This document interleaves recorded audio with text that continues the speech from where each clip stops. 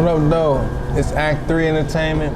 We got a special guest in, Steph Rice, producer, writer, rapper, DJ. What up, though? What's the deal, my G? Man, I appreciate you coming on to the show. It's definitely a pleasure to have you. I just want to let the people know what you about, man. I know you got some fire-ass beats. A lot of rappers I done sent 2 days, like, man, like, I can go crazy off this. You done brought people back to life, man. Like, how you feel about that? I mean, it feel good, for one, you know, like, it was kind of hard for me to get that groove, for real, until I started developing myself. So it just took a minute for people to really, like, start gaining a liking to my stuff, because I was in a weird stage for a while. Yeah, because it's dope for me to play a beat and somebody be like, damn, that shit is fire. That's what's up, man. I commend you to that. What got you into rapping? Like, what made you say, hey, I'm about to make a beat, or hey, I'm about to start writing these rhymes? Like, what got you into it? I mean, well, my uncle got me into rapping. I seen him doing this thing. That's back when people was wearing FUBU jerseys. You know what I'm saying? Like, seeing him do his thing, he influenced me so much. And I started making beats and stuff. I was like 12, but I really wasn't serious about it. And I started denying it because I'm like, I don't mess with this really. I just did it because my uncle did it. Got older and just found my passion in it because it was only my only outlet. You know, and I was going through stuff and shit like that when I was younger, just dealing with my dad and stuff. And that was my only thing I could do, is just to be able to be expressive with writing. So eventually I got good at it, just stuck with it. So would you consider yourself like a storyteller, writer, or like how do you? I wouldn't sit there and put myself in that type of box. I'm an all-around artist. I paint pictures for any crowd. You know, anybody. Okay, that's heat. So like, have you ever, you know, dropped a project with somebody or something like that, or is it somebody in the city that you feel like, damn, I gotta work with them. If I drop something with them, like, this shit might be crazy. Yeah, for sure. Like, I have an artist I'm already connected with, and that's Breon Banks. And she's like a major part to it because she's a female. She's a female who comes with a different type of taste. You know what I'm saying? Something that's different from the average female who's rapping in Detroit. Some style, you know, like I can kind of put her in the mix of like a Doja Cat type of deal. You know what I'm saying? Okay, that's different then. Doja, I like the way she sounds. She got a different type of sound to her. Yeah, that's mainstream type of sound. Yeah, so like, any artists in the city that you like a lot, or you listen to, or somebody, what artist did you grow up on? What artists in the city? I mean, like, everybody know. Really start that game. Everybody know Blade. You know what I'm saying? Blade. Yeah, Blade. Like, I would love to work with his son for sure. You know what I'm saying? Just to create that legacy and keep it going. You know what I'm saying? Blade's son. I know I want to do something with Payroll. Payroll cold to me. Payroll always been cold to me. He just got that. Cold, he got that sauce. You feel me? He just got that sauce. I know I want to work with Sada, baby. I got a beat that I know if I played it around him, he would be like, let's go, let's run it. Straight up? Yeah, that's in the vault. Like, I got stuff like Prince. It's in the vault. You know what I'm saying? You heard that, Sada? He say he got some heat for you. Oh yeah, no doubt. He say he cooking them beats up. No doubt. That's what's up, man. Because that's the big thing. All them beats is that's half of the song right there. That beat. Yeah. If the beat ain't right, how you gonna cook up the song? You know? Yeah, that kid, that create the creative juices, everything that just get you going. That's one thing I love about beats is like, with writing, you can send somebody in a certain direction, but a beat, it's unlimited directions. You know what I'm saying? It's like, it's endless things that you could think about when it comes to it. Heck, you might not even want to rap to it. You might just want to dance. You know what I'm saying? There's just so many different expressions to it. Yeah, because it's art, you know? And art is an expression, right? So taking that, man, you know, being into the music game and creating beats and such, Like, what makes you different from all the other artists that's in the city? I'm raw, but I'm humble. And that just creates the nature of my beats. You know, I'm raw, straight up, uncut. You know, I've never been the type that is sugarcoat nothing. So when it come down to my music, I don't sugarcoat.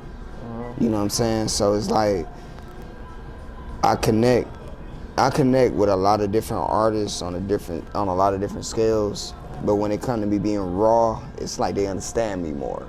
You know what I'm saying? And I don't know, that's just the nature of Detroit. It's like, that's what I have, something that's kind of alike that make you feel me, but the way I come off, it's not like any other regular Detroit cat. You know what I'm saying? Okay. Yeah, because you know, you have to be innovative when it comes to this game. You know, Detroit sound is really starting to get off the ground right now, you know?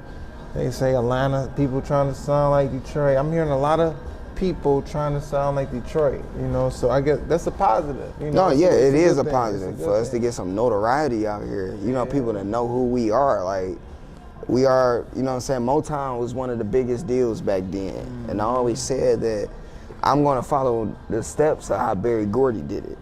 You know, I already got my own label. You know, I do want to connect with a male artist. I already have my female artist. You know what I'm saying? That's Breon Banks. I already got her. You know, so it's like, with her, I'm already working on her project. It's gonna be called Lady with the Blues. You know, we working on that kind of in the mix. Is that R&B, rap? It's much more of like pop. I wouldn't pop / hip hop, kind of experimental. That's what I put Lace It as. You know what I'm saying? Just experimental hip hop. You know, with some pop to it, you know, because I do like I said, I got a vibe to one of the beats I made for it. It's like on some Prince. I always get Prince type of feel to it. You know what I'm saying? That was one of my influences right there. Prince, you know what I'm saying? okay. He's a GOAT. He was a GOAT. He can make a song for anything. A real player. Yeah. Prince was a real different type of pimp, you know? What was his lady name? Apollonia? Yeah. Apollonia was so fire too. Yeah. Yeah, that's cool. That's cool. So like, any artist you ever showed some music to or gave some music to, and they was like, man, this shit trash. This is on my face, or play. Yeah, like I don't even remember the dude's name. I don't remember his name. That's how unknown of a person he is. You know what I'm saying? I'm not gonna give you that notoriety, but he hold me. You know what I'm saying? I sent some beats over, right?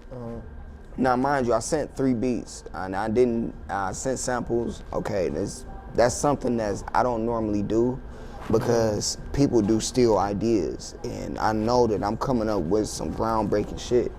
You know what I'm saying? So it's like, I sent them over. Dude hit me back. He was like, all right, I got him. He went live. Now, he on live with everybody else. He played some other people's stuff first. I waited my turn. So when my turn came, he played my first beat. I had an intro on there.